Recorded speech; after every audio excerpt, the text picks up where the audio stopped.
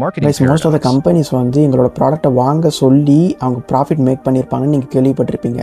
ஆனால் இந்த வேர்ல்டுலேயே ஒரே ஒரு கம்பெனி மட்டும் எங்களோட ப்ராடக்ட்டை நீங்கள் வாங்க வேண்டாம்னு சொல்லி லட்சக்கணக்கான கோடிக்கணக்கான ப்ராஃபிட்ஸ் அவங்க மேக் பண்ணியிருக்காங்கன்னு சொன்னால் அவங்களால நம்ப முடியுதா? அப்படி ஒரு பிராண்ட் இருந்திருக்கு, அதுதான் பேட்டகோனியா, க்ளோதிங் பிராண்ட். அவங்க வந்து 2011 நியூயார்க் டைம்ஸில் ஃப்ரண்ட் பேஜில் ஒரு ஆட் ரன் பண்ணுறாங்க. அந்த ஆட் என்ன சொல்லுதுன்னா, do not buy this jacket. அந்த ஜாக்கெட் அவங்க ப்ரொடியூஸ் பண்ணுறதுக்கு 135 லிட்டர்ஸ் ஆஃப் வாட்டர் எடுத்திருக்கு, 70% மேலே கார்பன் எமிட் ஆகிருக்கு, 60% மேலே மட்டும் வேஸ்டேஜ் இருக்குன்றாங்க.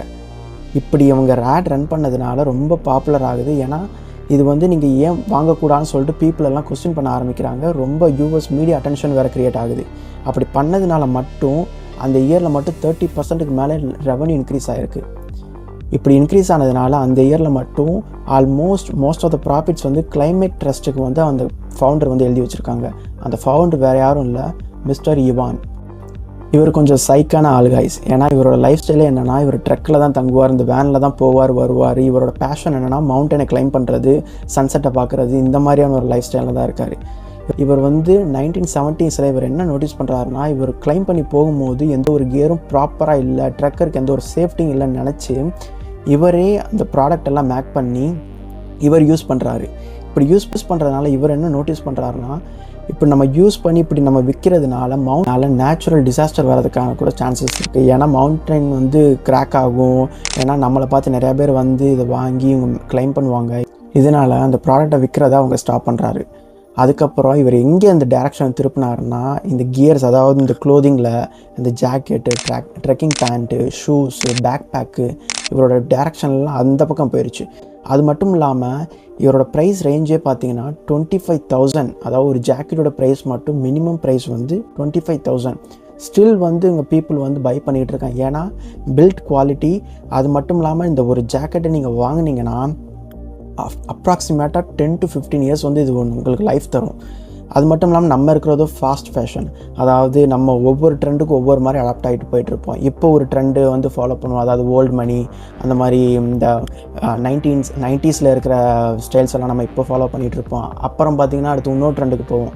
அந்த ஜாக்கெட், அதாவது அந்த பேட்டகோனியா கம்பெனி என்ன சொல்லுதுன்னா, இந்த ஒரு ஜாக்கெட் வாங்கினீங்கன்னா அப்ராக்சிமேட்டாக 10 to 15 இயர்ஸ் வந்து உங்களுக்கு லைஃப் தரும் அப்படின்னு சொல்லுது.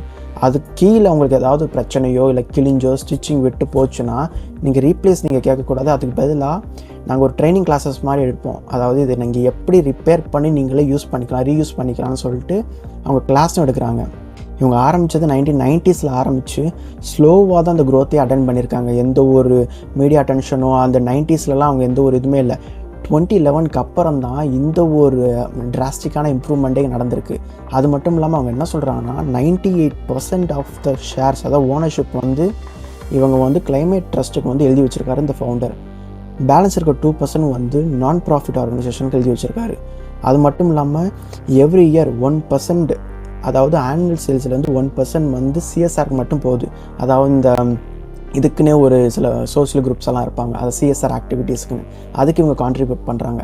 இவங்களோட அல்டிமேட் எய்ம் என்னென்னா ப்ராஃபிட் மேக் பண்ணுறது இல்லை, பட் நேச்சரை பாதுகாக்கிறது, கிளைமேட் சேஞ்சுக்கு வந்து இவங்க கான்ட்ரிபியூட் பண்ணுறது.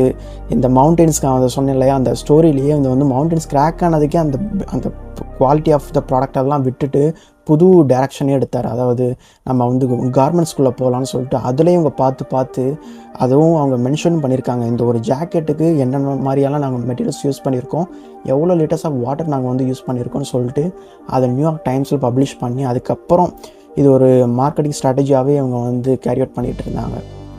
அது மட்டும் இல்லாமல் இது வந்து மார்க்கெட்டிங் பேரடாக்ஸ்னு சொல்லுவாங்க. மோஸ்ட் ஆஃப் த கம்பெனிஸ் நீங்கள் சொல்லி கேள்விப்பட்டிருப்பீங்க, எங்களோட ப்ராடக்ட்டை நீங்கள் யூஸ் பண்ணுங்கள், நீங்கள் வந்து பெனிஃபிட் ஆவீங்க, இந்த ஃபீச்சர்ஸ் எல்லாம் எங்கள் ப்ராடக்ட்டில் இருக்குது, மற்ற காம்படிட்டர்ஸில் இல்லைன்னு சொல்லிட்டு டிஃப்ரென்ஷியேட் ஆவாங்க. ஆனால் பேட்டகோனியாங்கிற ஒரே ஒரு கம்பெனி மட்டும்தான் அந்த வேர்ல்டுலேயே எங்களோட ப்ராடக்ட்டை நீங்கள் வாங்கக்கூடாது, வாங்க வேண்டாம்னு சொல்லிட்டு லட்சக்கணக்கான கோடிக்கணக்கான ப்ராஃபிட்ஸ் வந்து அவங்க மேக் பண்ணாங்க.